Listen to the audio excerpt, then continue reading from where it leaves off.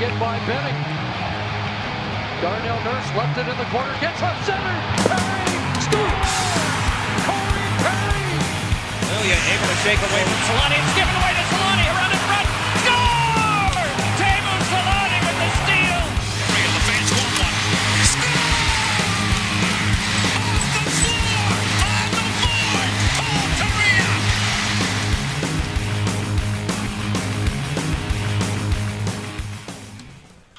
All right, we're back on a Tuesday night. I guess technically Wednesday morning for me, but we get to cover a Ducks win and technically a Ducks loss because we were not live after Sunday's game. But we're not going to focus on that game. Ducks lost 3-2 in overtime to Arizona on Sunday. The only kind of notable news in that game is Sam Carrick scored in his NHL debut, his season debut. And Trevor Zegras had 2 primary assists, which coincided with an immediate demotion to the AHL, which obviously has more behind it, and we're going to cover that pretty in depth here on today's show as well. But obviously the game that we're all coming from here is the Ducks' big 5-1 win over the San Jose Sharks. It's one of those wins in a tough season that if they had to win a game, it kind of feels nice, right? Because it's the Sharks are fighting for a playoff spot with the Arizona Coyotes. They had a bunch of games in hand and were only 5 points behind. With the loss tonight, even if they win their games in hand, they can't catch up to the Coyotes, and I think they'd be 1 point behind them. So it's a nice kind of added bonus to a win in a season where we don't get too many.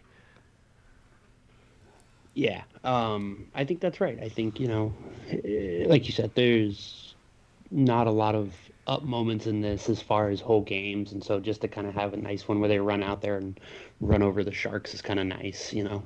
5 goals is always good, even if the other coach gives you one of them for free. So I mean, I'll take it. I'm fine with that. Boosting the goal differential, even though it means absolutely nothing. It's always nice to shell Martin Jones a little bit too.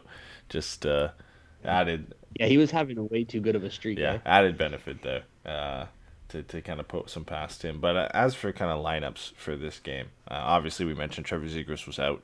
We might as well just cover that now because we're going to talk about it a bunch. But Zegras ended up getting sent back to the American Hockey League, and we got some much needed transparency from the Ducks organization, which is something we haven't gotten, I mean, really ever, right? And when they make these types of decisions, I mean, to be honest, it kind of shows that they knew there was going to be outrage when they send him down. I think the initial tweet that kind of started everything off was Elliot Tieford tweeted out the press release that he got, I'm guessing, in an email about Trevor Zegras being sent back to the San Diego Gulls, and that was kind of the first little taste everybody got. And, of course, 3 minutes later, this is the quickest I've ever seen the Ducks respond to anything on social media. They'll make a trade and tweet it out 3 days later, but this was the quickest I've ever seen them respond.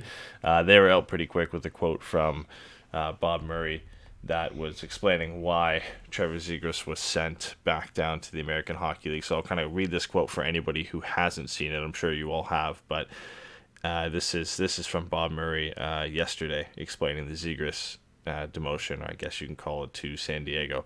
He said, "Our goal is to help Trevor transition more smoothly into the NHL, so we started him out on the wing. He's ahead of our scheduled progression, and then as a result, we are moving him to center, effective immediately. He will need some experience in the AHL first, but our expectation is that he will be back with us in the near future and play center for the Ducks for years to come." So ultimately, he's sent back down to the AHL to get some games down the middle of the ice, and then eventually be called back up to the Ducks, whether that's this season for a few games or into next season. We don't really know. It's fairly vague there, but we do know there is kind of a behind-the-scenes motive for also not playing Trevor Zegras the rest of the season in the NHL, and that's so he doesn't hit an accrued season and can hit UFA status in 8 years rather than 7 years. So I think if we do see him back up, even if he does well at center immediately for San Diego, it's likely not until probably the final, I guess that would be nine games of the season. He's played 17, so yeah, he's got to stay under 27. So yeah, just the final 9 games of the season maybe. Yeah, I think that's what it'll be. I think they'll send him down there and they'll give him as many games as they can, and then you know, whether they bring him up for the full 9 or, you know, they play it at 8 or 7 or whatever, I don't think is going to make much of a difference. I think ultimately they do intend to try to bring him back up and maybe get him a couple games at center before the season is out. You know, maybe they're hoping after the trade deadline they'll have some people moved around and they can start, you know, trying to put guys in positions where maybe they see them fitting long term, things like that. Yeah, it was really weird, I think, to watch it kind of be universally praised as this moment of, you know, incredible transparency and candor from an organization that is just, you know, at times, like I think we've said it on here more than once, but like it just does feel like sometimes like they just kind of have a disdain for the fan base and they have no interest in communicating. And I think you were right when you said it seems to show almost they knew this was going to be different than normal, as far as the way that it was received. And so, you know, like you said, they right away they had that graphic and all that stuff set up, and they dropped it, and so they were able to kind of get out in front of it before it really got away. And you know, it's funny, just like it kind of shows a level of awareness on their part, that it's frustrating that they don't seem to bring to the table more often, which as far as like understanding why they need to address it, why it's gonna, you know, put fans, you know, kind of put them off. I think, you know, him and Drysdale were really the two big things going this year, and so to know that one of them was getting sent down, I think would have been hard for people to take. And I think the way that they have done it, you know, if you want to be cynical and say that it is more about that UFA year, or you want to kind of take them at their word and say it's more about him playing center at kind of a medium level before coming back up, it's probably a mix of both. But, you know, it's a valid reason. I think you can quibble with it if you want. It doesn't necessarily, I don't think everybody thinks it's the right decision, and there's some other stuff. But overall, I appreciate what they did. I appreciate that they told us what was going on. And I don't disagree with the plan insofar as the underlying thought process. Yeah, I think it's one of the smartest, if not maybe the only smart move the Ducks organization has made in terms of handling Trevor Zegras this season. That might be a bit tough, but there has been some concerns among the fan base on how they've handled his minutes and his role in some games in terms of protecting him a little bit too much. But this is one of those decisions that, you know, before you hear the reasoning, there's obviously a lot of concern, and I think, you know, right away a lot of fans kind of snap back saying, well, what, you know, this guy just put up 2 primary assists the last night, looked like the Ducks' best player, then all of a sudden gets sent back down to San Diego. But then the reasoning comes out, and it really is one you can't argue with, right? I mean, the last thing you want to do for this kid, I think, if you're planning on developing him as a center, is throw him right down the middle of the ice at the NHL after playing him on the wing for the last couple games here, or for, I guess, the first 17 games of his NHL career, and then bam, you're right down the middle here. We're not going to give you kind of a runway. You're thrown right into the fire. So sending him back down to San Diego, giving him some time to adjust, get used to playing center again, on a full-time basis. Last time he did that was at BU, so it's been a little bit, not forever, but it's been a while since he's played down the middle of the ice, and it'll be some stiffer competition than he was used to at the NCAA level. So, you know, give him a couple games to adjust, and I think on the other side of that agenda, that accrued season does kind of come into play here, and you can kind of kill 2 birds with 1 stone if you're the Ducks organization here and say, you know, on the surface, you're saying, oh, you're sending him down to San Diego to transition him to center, and we don't want to throw him into the fire here at the NHL level. And oh, well, it just so happens, you know, we're going to keep him down there until there's only 9 games left in the season or so, and call him back up if he's ready. And you know, he just slid under the 27 game mark and doesn't hit the accrued season. So, you know, at the end, they kind of get what they want without really angering the fan base too much, because now you can't really argue that accrued season, you know, factor that we were arguing a couple weeks ago, right? Where we were saying, okay, this is ridiculous. Just play the kid. Who cares if he hits UFA status 1 year earlier or 1 year later?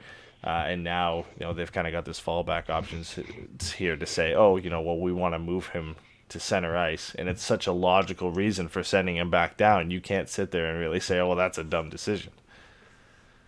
Yeah, well, that's the other thing they did, right? Is they kind of gave themselves a little bit of cover when they praised him, and they're like, "Oh, he's actually well ahead of our expectations," and so, we weren't expecting to want to put him at center here. We were going to let him play out the season at winger. Is kind of the undertone, and they're like, "So we're going to send him down back, and hopefully we can have him up by the end of the season." And exactly like you said, it just so happens, when the season's over, he's going to play 23, 24 games or whatever it is. And yeah, like I don't mind it. I think it's, I think to a certain extent, we kind of saw this take place over a couple years with Isaac Lundestrom, right? Where he would come up and he would kind of shift to the wing on a fourth or third line role. And then he would go down and he would kind of work on his game playing at center in San Diego or overseas. And then, this year we'd seen him and he seems to have really matured into an NHL center. And so it makes sense that they would be handling Zegras the exact same way as far as that kind of process of allowing him to see what the NHL game is like and have an opportunity when he goes back down to learn center to kind of have in the back of his mind, what it's like at the next level. I think that gives him a little bit of that advantage that we talked about before with like having a little bit of taste of what it's like. So yeah, they've definitely taken a more protective approach with Trevor Zegras than they have with some of their prospects in the past, right? Where Isaac Lundestrom was thrown down the middle for his original, I think, 7 or 9 game stint and played center for every single one of those games, and has played center pretty much every game since, except a few games where he shifted to the wing to make way for other guys to play up the middle. Sam Steele, since his NHL debut, came in as a center. They played him at center, and just like Lundestrom a few times, he's been shifted to the wing to kind of make way for some other guys to play down the middle. But Zegras has taken a different approach that we haven't seen from the Ducks organization, where they're starting him on the wing to kind of ease his way in to the NHL, and then saying, okay, now we're going to send him back down to the AHL. It's not because he's playing bad, but because we want to give him a bit of a transition period here to move back to the center of the ice. And honestly, I don't expect that to be a long transition for Trevor Zegras. This isn't like it's a kid who's been playing on the wing for his entire career, and then all of a sudden you want to move him to center, and he's got to learn how to play center and learn the game and kind of learn those responsibilities of being a player who plays out the middle of the ice. This is a guy who was drafted as a center, played as a center for various times with the United States National Team Development Program, played as a center with Boston University. So this is a guy who is born and bred as a center.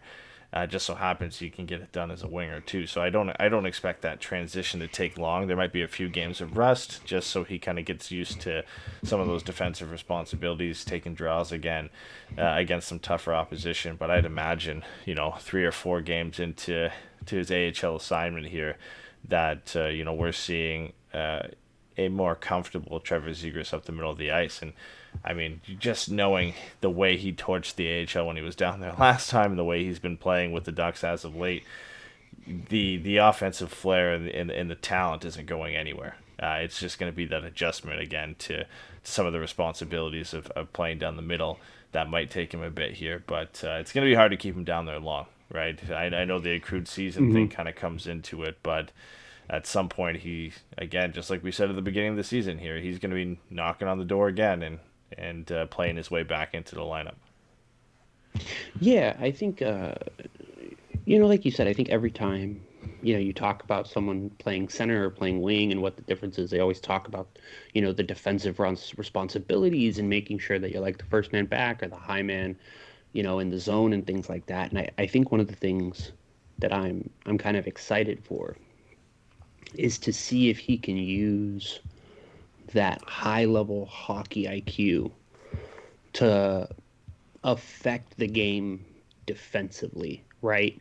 Kind of use his position a little bit more center in the ice to be able to like read plays and things like that, and maybe, kind of cut breakouts off before they start or anything like that. I just think it'll be interesting to see if he's able to use his hockey IQ to help him be an effective player defensively, and how, that might be a little bit more of an attacking thing than a defending thing, just based on his ability to jump plays in the neutral zone or in the defensive zone. So I just think it'll be interesting to see how that happens. But yeah, I don't think it'll take him very long.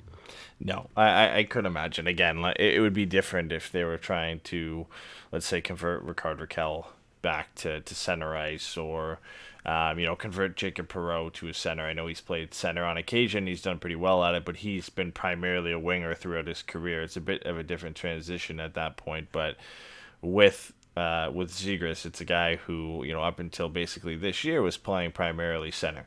At the World Junior Championship this year, where he dominated, he was playing as a center, occasionally on the wing. But he's just one of those versatile players where if you have some guys who can really only play down the middle of the ice, sure, you can shift him to wing. And I'm sure we'll see that throughout Trevor Zegras' career. But it's clear that the Ducks want him to be a center. And this kind of clears up a question we had going into this year, that we have looked at the development path of a lot of Ducks prospects and said, okay, well, if they want to use him as a center, they're going to use him as a center right away, because that's the path we've seen with Ricardo Raquel and Sam Steele and Isaac Lindstrom, and keep dating back to Duck centers, Ryan Getzlaf. And I think this is a notable shift in their development of players, and especially some of their top prospects, that they're willing to maybe, I don't want to say adjust, but adjust their development process for these types of guys, where now, maybe Trevor Zegras is unique and we don't see this again, but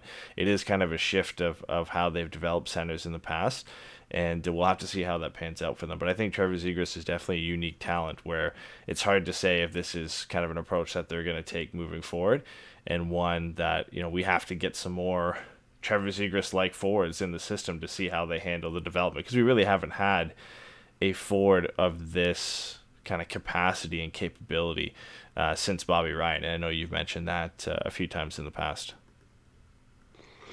Yeah, no, I think, like you said, we talked about it a bunch, and the degree that we thought, when he first came up and he was playing on the wing, I got a little anxious that he was going to really end up just staying out there on the wing. And, his offensive talent is so high that I don't know that there's any part of it.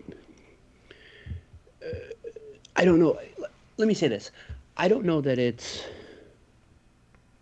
other than in the, this could sound funny, but other than in like kind of the classic way that we think about these things, I'm not always certain how much being a center means, right? Because we have heard a little bit the conversation change to being less about center and wing, but more about F1, F2, F3, and kind of looking at the forward group as a whole, and more about being situational with, like, when you see you're the third guy in, this is your responsibility. But we also know that the Ducks are a more traditional organization with how they do things and how they view things. And so him being sent out there, especially with there being some conversation about his size and his ability to kind of hold up to physical play, I do wonder if that was the whole point of this first bit. Like, maybe we do need to give the Ducks organization a little bit credit for just being like, look, let's just throw him up there at wing and see how he does, and we'll get a pretty good idea pretty quick if we think we can move him to the center, and if so, then maybe we can whatever. And to your point, it might just be that they recognized his ability, and they understand why he's different than some of the picks they've had recently, like Steele or Larson or Lundstrom and things like that, in the way that they've handled those players. And so, yeah, I think we probably won't know until a year or two,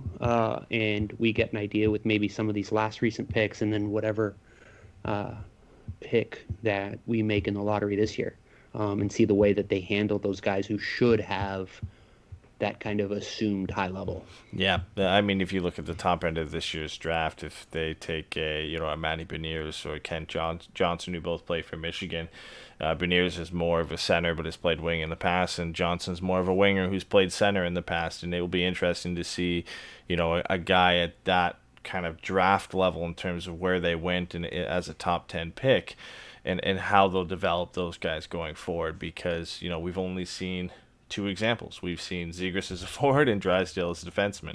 And, prior to that, it was Bobby Ryan as a forward and Hampus Lindholm as a defenseman as top picks, and how they developed those guys. So we have, at least one this year, if not another next year and beyond here, and to kind of see how they're going to approach developing those guys. And, we've speculated this at numerous times this year on a new GM and a new head coach, and the way they developed Zegras and Drysdale this year could mean nothing, a couple of years down the road with a new general manager and a new head coach and a new approach to developing, those young players. So you take it as a case-by-case basis at this point. It'll be fun, at the very least, to see Trevor Zegras back in San Diego. I know a lot of people joked when that news came out that they'll actually be able to get some use out of their AHL TV subscriptions now, that Zegras and Drysdale both got called up and weren't playing down there, so there wasn't a lot of guys to watch. And Jacob Perreault was out of the lineup injured until just this last weekend. So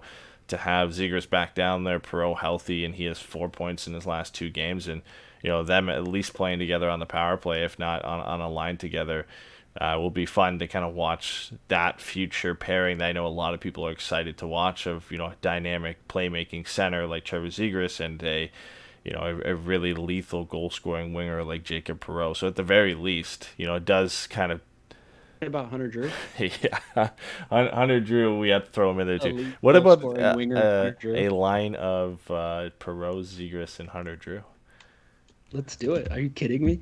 Hunter Drew basically turns into the Dustin Penner of that line, and last time we had that, it worked out all right. Well, I guess the time before that, because he did have a second stint that didn't go quite as well.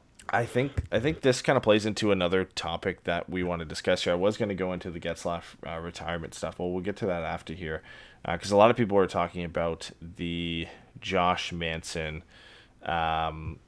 trade rumors that kind of came out a little bit today. And, it's funny talking about Hunter Drew playing on the wing because the Gulls have so many defensemen, but Axel Andersson comes over from Sweden, so they get another defenseman down in San Diego with two... I mean, you could argue two NHL quality defensemen already down in San Diego with Josh Mahura and Brendan Gooley, and a big logjam of defensemen up in the Ducks lineup already. Could you argue? Are we 100% sure that Brendan Gooley? I don't want to say he's an NHL caliber defenseman. Maybe not NHL caliber, but guys who have had NHL experience or considerable NHL experience, more than a couple of games here or there, like Simon Benoit has had, and a few other guys down there. Like, these are guys who have been up for, anywhere from 15 to 20 games, if not more, I think, in Brendan Gooley's case. So you do kind of have this logjam of defensemen where it doesn't mean you have to make a trade, but you've got another one coming over from Sweden right now who's going to be wanting to get some ice time, and I'm sure the San Diego coaching staff and the Ducks organization are going to want him to get some playing time here. And, with the rumors swirling around a lot of the Ducks forwards and roster players, it's no surprise that Josh Manson's name has kind of jumped back into the discussion here. Nothing really concrete. It's fairly similar to the Josh Manson rumors we've heard over the years, basically that he's someone to watch, interest is picked up, he's got that one more year left on his contract. It's a pretty easy contract for the Ducks to eat salary on and not really be hurt on it for longer than just the end of this year and next year, and that the Ducks are looking for kind of young NHL ready assets, which is something we've heard about 4 or 5 times this season so far. So it is nothing new, but then that was from the fourth period, that quote I was mentioning there, and then LeBron on Insider Trading reported also that the Ducks are listening to offers on Josh Manson, and of course, as we've heard again 100 times, that they really like him. It's not a guy that they are actively shopping, but they're just listening to offers, and the price, just like it is on Rickard Rakell, is fairly high, and I think he quoted a first-round pick and a top prospect as kind of the starting point for a discussion Josh Manson, and that the Winnipeg Jets and the Carolina Hurricanes were interested in him. Whether they're interested at that price or not, that's not something that was discussed. But that is a lot. Josh Manson's a great defenseman. Don't get me wrong, and he's had a tough couple of years in a very, very poor Ducks team, playing with some not so great teammates at that time. But that is a haul if you could get a first round pick and a top prospect for Josh Manson. Yeah, I mean, I think honestly that reflects the value that the organization kind of has, the esteem that they hold him in. I think they definitely do see him as someone that they shouldn't trade away unless it's undeniably worth it, right? There are players who you can make a marginal trade for or an iffy trade and be like, you know what, we'll take it. It's something to help us going forward or whatever. I think with them, they would be just as happy, like you said, keeping him for the rest of his career as they would, not doing anything at all. So I think that's going to be the price. I think the thing to remember is Josh Manson has a 12-team no trade clause. So it'll be interesting to see how all of that kind of factors in. When the Dubois rumors were coming out, we did hear that Henrique had Columbus on his list. I do wonder if that was maybe from Henrique's camp, as far as kind of trying to just get his name out of the rumors that I think people in Anaheim and around the league maybe had, as far as Henrique being someone who could contribute to a competing team and, had a contract and all that kind of stuff. But, he had the no trade clause. I think you said it exactly right? The other thing is that none of this is new information. The only thing that's changed is how close we are to the deadline. I think they are two assets that fit a couple of different things, right? They fit that kind of Blake Coleman thing, which has come up, and Barclay Goodrow thing, which has come up, as far as they have that extra year. They're both players who people around the league have seen play at a very high level, and they fit roles that every team is looking to add. You can never have too many good defensemen, and you can never have too many guys who can score goals. So everything about them is attractive. The complicating factors are two things. They are their contracts a little too high given the flat cap and the lost revenue and internal budgets that teams might be operating on because of the uncertain finances going forward? And the other thing is Anaheim movable on its price? Because if it's you match our price or nothing, then I don't know that there's much. I don't know how much someone else is going to be willing to engage with them, I think is the way I want to say it. But if they're willing to come down, then there's a better than not chance that we probably see at least one of them get moved before Monday. Yeah, I think for Rickard Rakell, it hinges on how the recovery from his injury is going at this point. I know we got an update earlier today that he's kind of getting back into training and practice and ramping things up a bit, and then hopefully he'll be back soon. And obviously that bodes well, for his prospective trade that could take place before the trade deadline. But yeah, Josh Manson is again another interesting one. Only makes $4.1 million for this year and next. It's an easy contract where you could retain upwards of 50% on it, and it doesn't hurt you too much. It barely hurts you at all for this year because of the reduced salaries being this far into the season.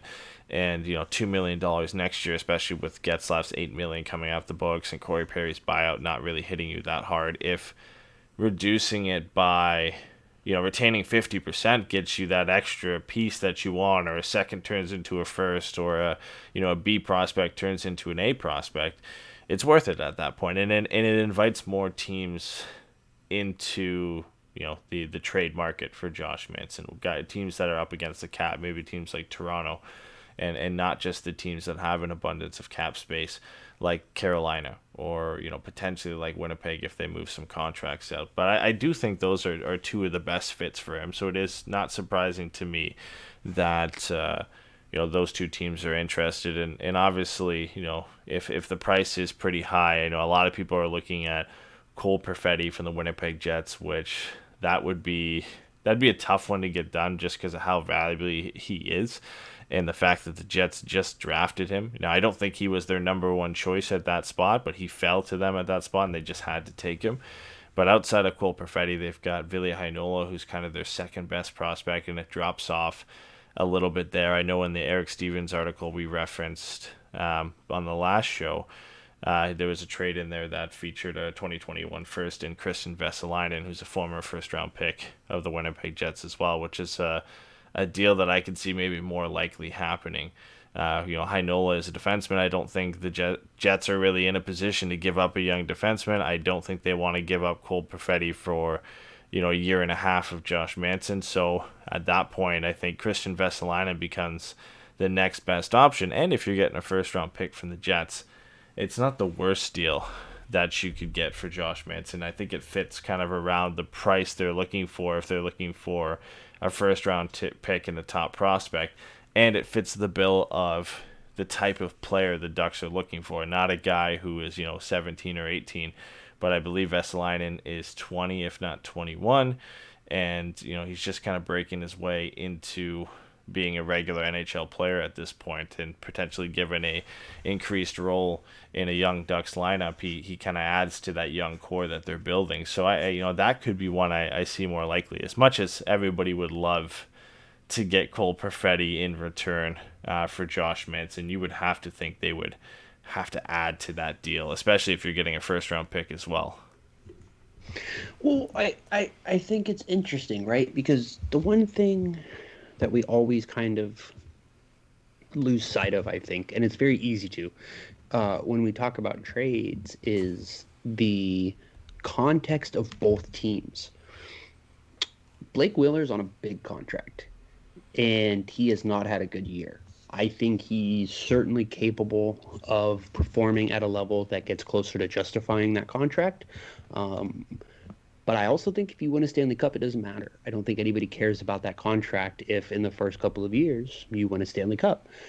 And so they've got Mark Scheifele, who I think is already 26 or 27. They just added Pierre-Luc Dubois, who's only 21. They've got a good young forward group with guys at kind of all the right age points. I don't know that I would let Cole Perfetti stop me from adding someone that was a difference maker, especially if I thought I could keep them going forward.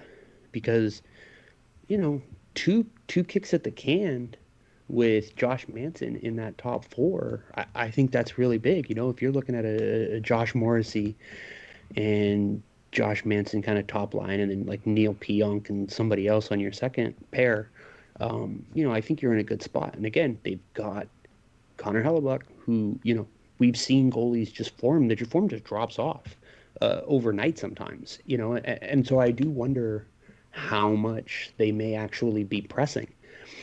I think Winnipeg makes a lot of sense for all parties involved. I just wonder if Manson would want to go there. I think they would probably be on his list. And so unless there's maybe a kind of handshake deal that as soon as he's able to get an extension, they're going to sign him to a big one, protect him in the expansion draft, all that kind of stuff. That's the part of it that we're going to have to wait and see. Carolina being the other one makes sense. I think the fact that there's only really two teams out there does make me a little anxious that it's less likely for a deal to get done, because again, he seems like the type of player plenty of teams could be adding or should be interested in adding. And if there's only really two, and one of them really is the only one that's a legit contender as of right now, I wonder how much the market is really there. Yeah. I do wonder if the trade deadline is going to be a dud this year, just by happenstance. Yeah, it's going to be an interesting trade deadline, because I feel like there's a lot of teams who are going to be pressured or feel like they're pressured in to add that piece. Teams maybe like the Florida Panthers, who are just playing exceptionally well this year, but I don't know if it's sustainable for an 82-game season, right? And this might be, with the Panthers, they could be sitting here saying, okay, well, we gotta push for this now. Like, we got a chance to win this year. We've got some young assets that are not really doing anything for us right now, and to bring in a player, potentially Josh Manson, to replace Aaron Ekblad, who's down for the year. Maybe this is, our chance to go for it here. And, I know in Eric Stevens' article, there was a fan proposed trade of Grigory Denisenko and a second-round pick from 2021. There was a mention in there of potentially trying to increase that to Owen Tippett and the Panthers' first-rounder, depending on how desperate they are. I think if you were trying to do a deal with Florida, you got to play in on that desperation of them losing Aaron Ekblad and not really having too many options to replace him at this point in time. And they could be a team, again, that have the cap space to get things done, that would like, 2 years or year and a half of Josh Manson. And having him again next year, even when Aaron Ekblad does come back, and having that kind of stronger defense core to rely on, and maybe a right side of Ekblad, Manson, and Mackenzie Weegar, which is a pretty formidable right side of defense to roll out there on a nightly basis. So that could be another team that kind of gets thrown into the discussion. Of course, I got to mention the Philadelphia Flyers too, on our trade. Was our Who Says No Patreon bonus episode that we put out. That was one of both of our favorite trades that we ended up putting together. Was I don't remember the full details of it, but it was Josh Manson, Ryan Miller, and I think a Ducks third to the Flyers for Cam York. Like Scott Lawton or something like that. Cam York a conditional first, and I think Justin Braun was the additional piece to make the cap work there, and Josh Manson was 50% retained in that deal. So that would be, that's still one I love.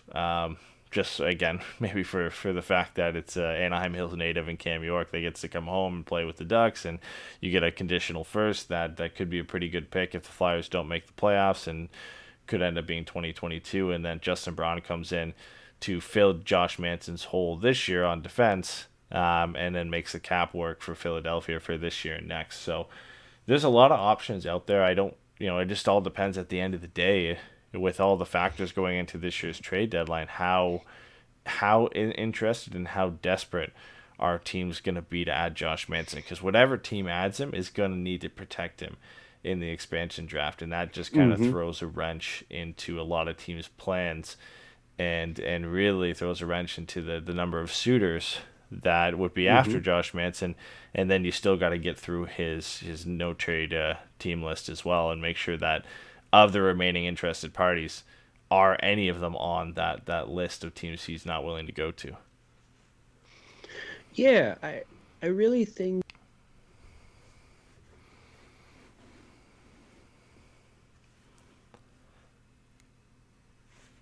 exactly the type of player that you can just drop in your lineup and they're gonna do their thing. It might take them a couple of games to find their footing as far as chemistry with their line mates and things like that, but they're not players where you worry that changing their situation is volatile. They're consistent players, and they're impact players on good teams. But like you said, you've got the expansion draft, you've got the flat cap, you've got the finances as far as just lost revenue. As much as we talk about the flat cap, there's also just like the actual cash out that the organization is paying, and payroll and salaries and different things like that. So, I think it really does come down to how many teams think they have a legitimate shot, and how many of those teams want to invest in that shot. We were talking about this earlier. Eric Johnson only played 4 games this year. He's got 2 more years left at $6 million on the contract he's on. And, there's no reason to think that turning that into Josh Manson doesn't make a ton of sense and do wonders of good for Colorado going forward. The problem with that is they've got Cale Makar and Sam Girard and Devin Taves, and they've got plenty of players that they're gonna have to worry about protecting when everything comes up, and they've got a ton of forwards, so it's not like they can go 8.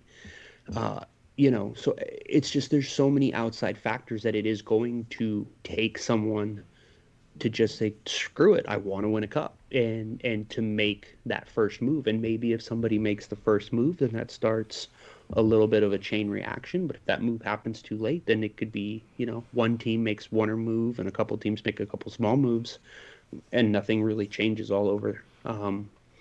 As far as the balance of power, I think we did talk about this before, I think, but the shortening the quarantine from 14 to 7 days for U.S. to Canada is huge. That should help a little bit, especially given how weird the North is, right? All of a sudden, Winnipeg's second, and Edmonton's in third and stuff like that. Like, this is one of those situations where it feels like there are too many excuses readily available for GMs to not do something, that I do wonder if they're not if it's not a thing. I really do wonder how much GMs are all just going to sit on their hands and wait to get to the expansion draft before they start trying to really make some changes to their roster. Well, yeah, we're only 5 days out from Monday's trade deadline, which I think is surprising how quickly it's kind of come up upon us at this point. And, the only real kind of news or signs of impending trades have been two players that have been held out of the lineup. When Kyle Palmieri for the Devils has been held out of the lineup, with the chances of him being traded fairly likely. And then just today, Taylor Hall was held out of the Buffalo Sabres lineup for the exact same reason. And when you look at Rickard Rakell again, like, those are the two other big names in the market of guys who are likely going to get moved. Both of them are unrestricted free agents at the end of this season, so they are pure rentals. And, with those guys being held out and likely to be moved, you would have to think like that. It's one of them who are going to be the big domino who's going to fall first. And at least on the forward side of things, you're going to start to see other teams get desperate and these guys start going here. So whether it's Palmieri who ends up going first or Taylor Hall who goes first, then you'll start to see Rickard Rakell's name kind of shoot up the top of people's list in terms of players available. And if you're the Ducks, you got to try and take advantage of that, because there's going to be only so many buyers for this interesting trade deadline. And with Rickard Rakell being kind of the interesting case of having such a friendly cap hit and then being on your roster for next season, he kind of provides maybe a different option out there on the market than, say, what a Taylor Hall or a Kyle Palmieri brings to your team as just a real kind of pure rental. And honestly, this might be the only year that we see pure rentals being more enticing to teams than the 2-year contract or the next year that Rickard Rakell has, just because of the impending expansion draft, where you bring in Kyle Palmieri, you tell a team he's not only a rental, but he is 100% a rental, because we're not going to try and re-sign him, because then we could lose him to Seattle. So he's coming in and we're literally just renting him for a playoff run. And I think that's where you might see teams like Colorado and teams like Minnesota go that route and be a bit more desperate to bring in a rental rather than bringing in Rickard Rakell. And then it kind of leaves those teams who have that extra spot open in expansion draft, who could then take a stab at Rickard Rakell as maybe their best option. So I think the market is still out there for guys like Rickard Rakell and Josh Manson. Just the number of teams, I think, drastically goes down because of their contract situation, because of teams having to get ready and prepare for the Seattle expansion draft. Yeah, I think we could go through the entire league, right? And we could say pretty quickly off the top of our head which one of them would fit, and we could probably put one of them on every team, maybe with the exception of the bottom couple of teams, Buffalo, Ottawa, Detroit, things like that. But I mean, any team realistically with even an outside shot of making the playoffs, like, they would be welcome additions. Again, the question is just going to be is how eager are GMs and owners going to be to make these types of decisions when there's kind of so much safety built into not trying to do things that this might be the only year you can really get away with not being a big buyer. just based on everything going on and the expansion draft and all that kind of stuff.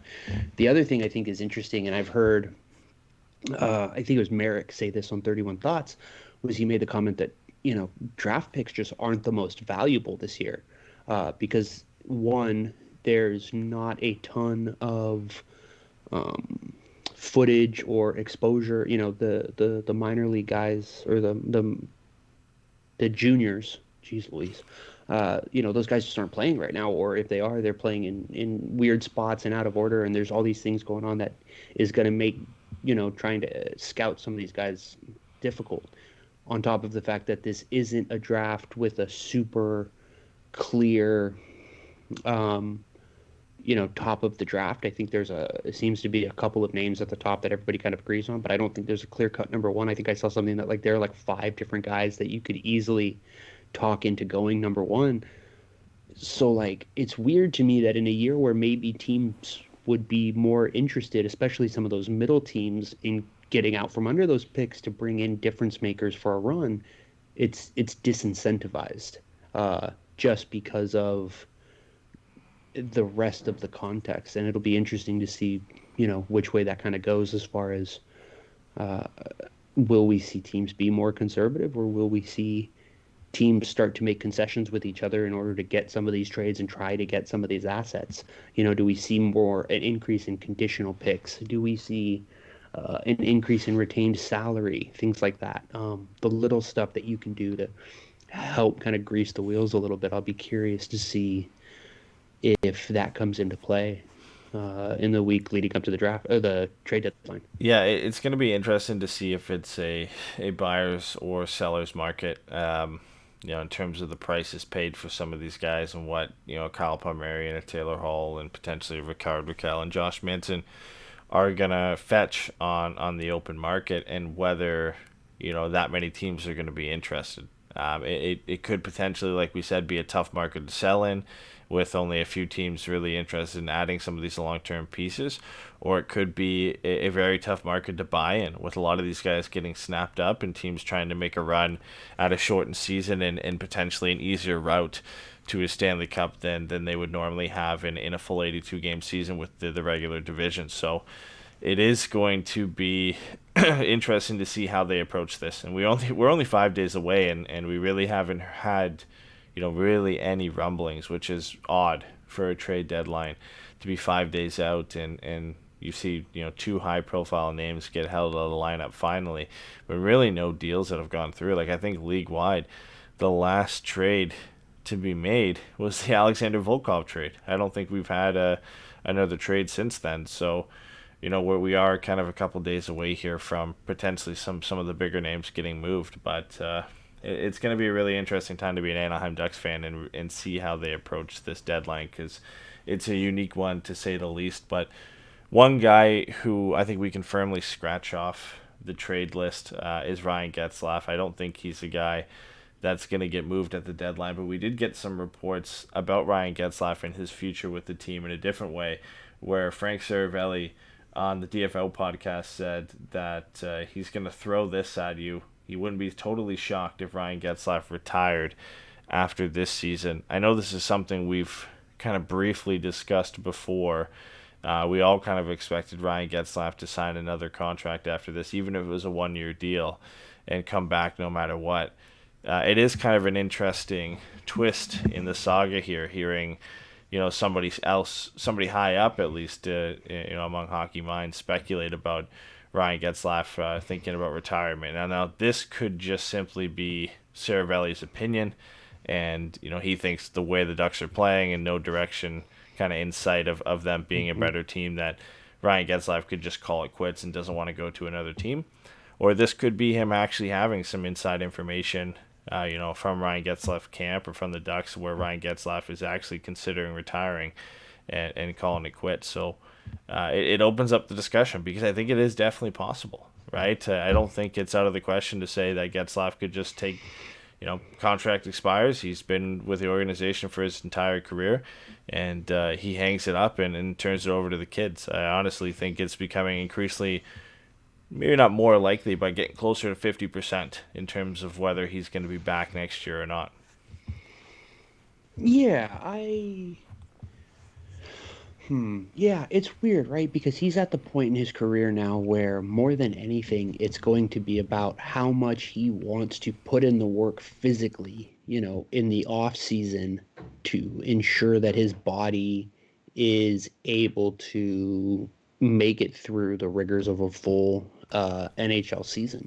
I don't think any of his skills, he's not a speed player, he's not a skating agility player. There's nothing he's good at that doesn't allow him to age well, I think. It really is just going to be, is he there mentally and is he there physically? And those are just things we don't know.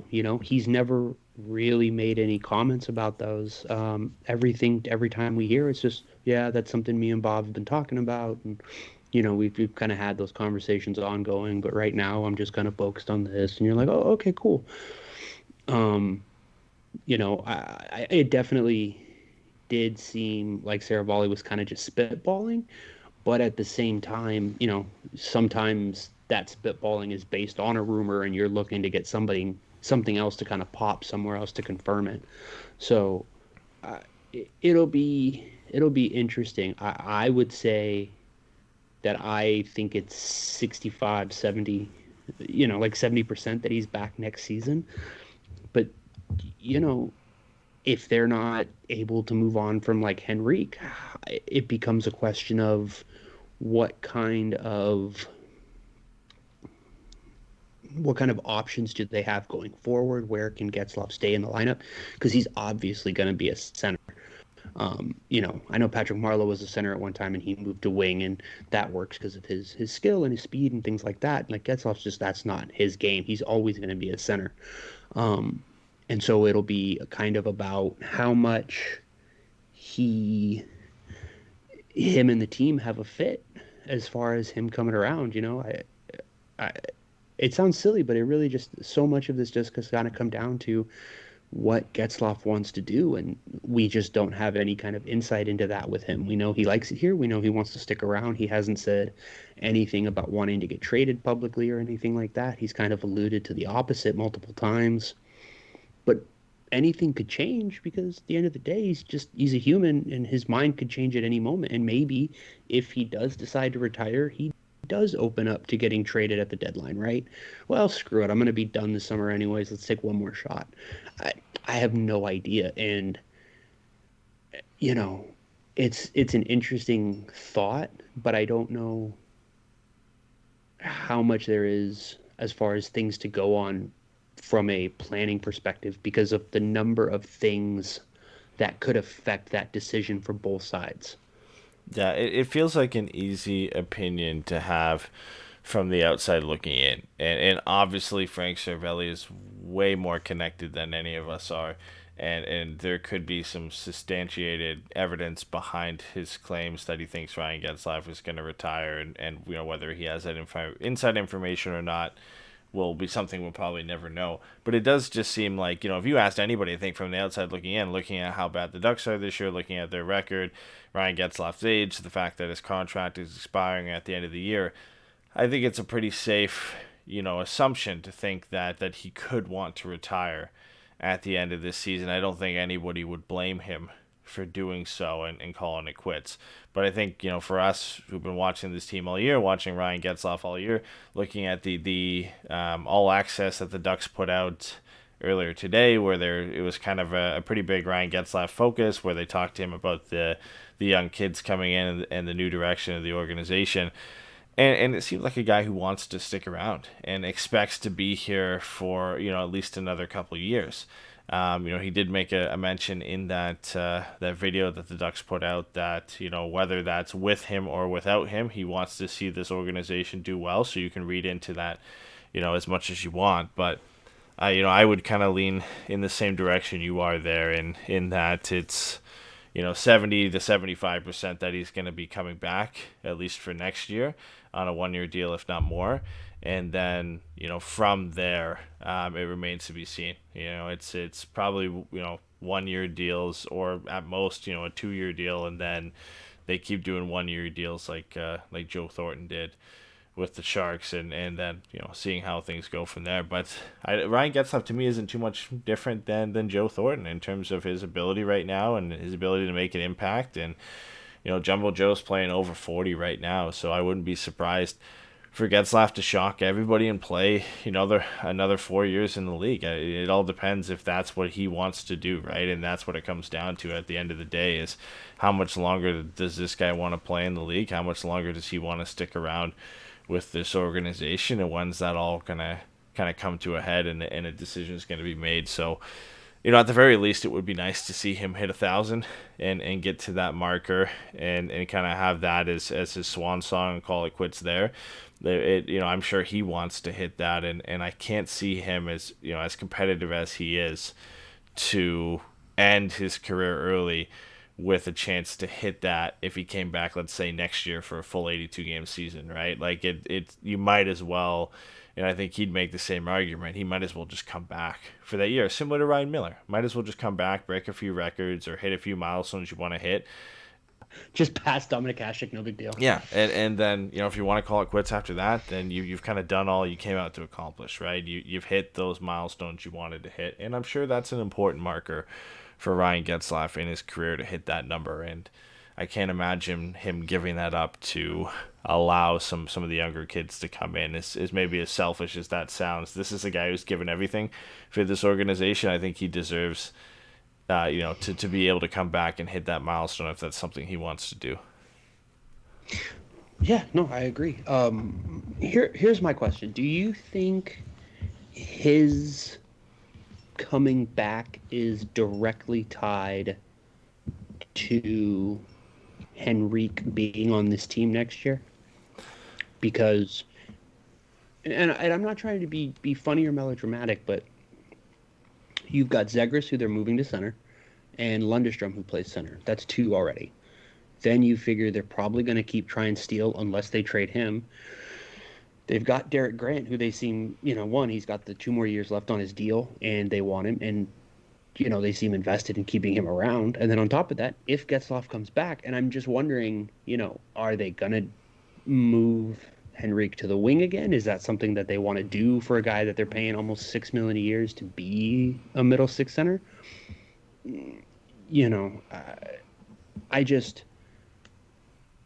I wonder how much their ability to move Henrique out will have an effect on Getzlaf coming back, just based on the roster construction and the lineup, what it can look like. Yeah, the Zegras moving to center situation does kind of create, I don't want to say an unintended logjam, but adds to the logjam at center that the Ducks already have. That they say that Zegras is going to play center, and when he plays for the Ducks again, he's going to be a center, and they're committed to that.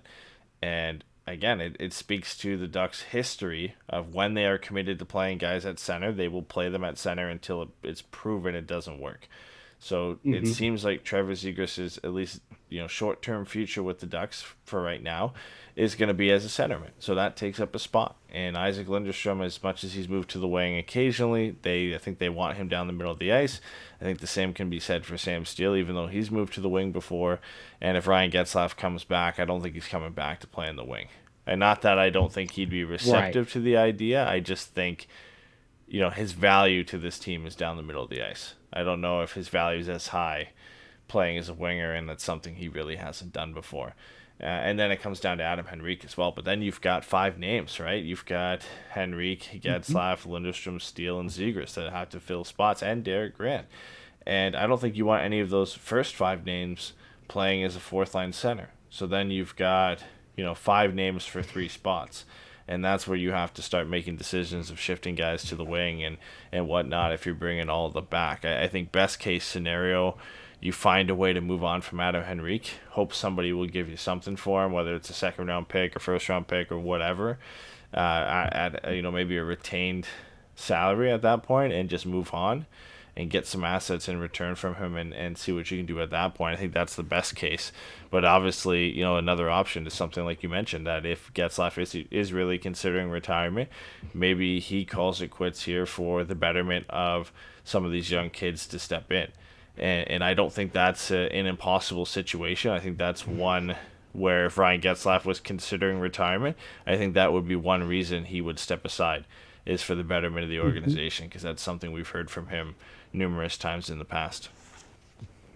Yeah, no, I agree with that completely. I think he's definitely shown that willingness and that awareness of wanting to never feel like his presence is hindering, the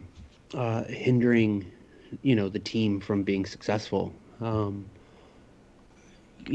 think, what's funny is I still think that it's probably best to move out two of the guys who should be playing center for them. I think in a perfect world, you're moving out Grant and Henrique. But even if it's Henrique and Steele, I think that's probably, good. Like, I do wonder if there isn't approaching a point where, I think we've talked about this before, as far as you just hate, damn it. You get to a point where you want to move on from a guy before the rest of the league is kind of caught on to that maybe he's not what he's rumored to be or supposed to be. And I wonder if Sam Steele is getting to that point where Anaheim needs to take a real long hard look at moving on and allowing him kind of a reset, but also getting something back for a player that still has some value in the eyes of people around the league. I don't mean to sound super down on Sam Steele. I certainly think he's still early in his career, but I think we are really starting to see Anaheim's lineup take shape in front of us, and there's going to have to be questions answered and asked and answered at a certain point. And so you wonder if moving out a guy like Steele now helps to kind of solve some of those problems going forward. Yeah, you're not realistically going to be able to keep all these guys around. And I think that's what Right. people are starting to realize. And like you said, the roster is starting to take shape. And when you look at the future centers of this team, it's looking like Zegras, Lindstrom, maybe one of Getzlaf and Henrique for the short term.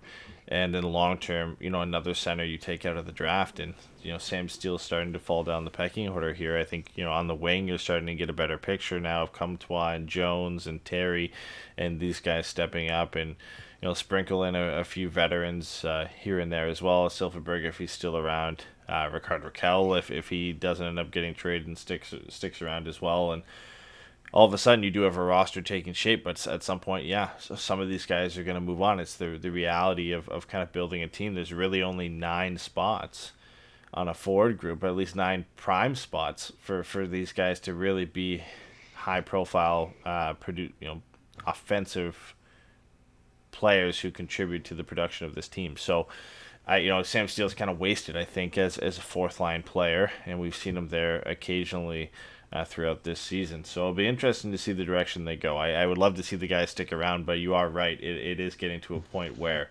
they've got to kind of decide what they want to do with him and a few other guys, and it might be time to move on. But let's wrap up the show with just kind of a little bit of housekeeping here, a few extra tidbits of news surrounding the Ducks. So they did put up a few injury updates, I think, the other day, where they said that Ryan Getzlaf didn't practice. This was for, I believe, Monday. He didn't practice, has dealing with an upper body injury right now. Rickard Rakell is also dealing with an upper body injury, skated on his own, and is inching closer to a return.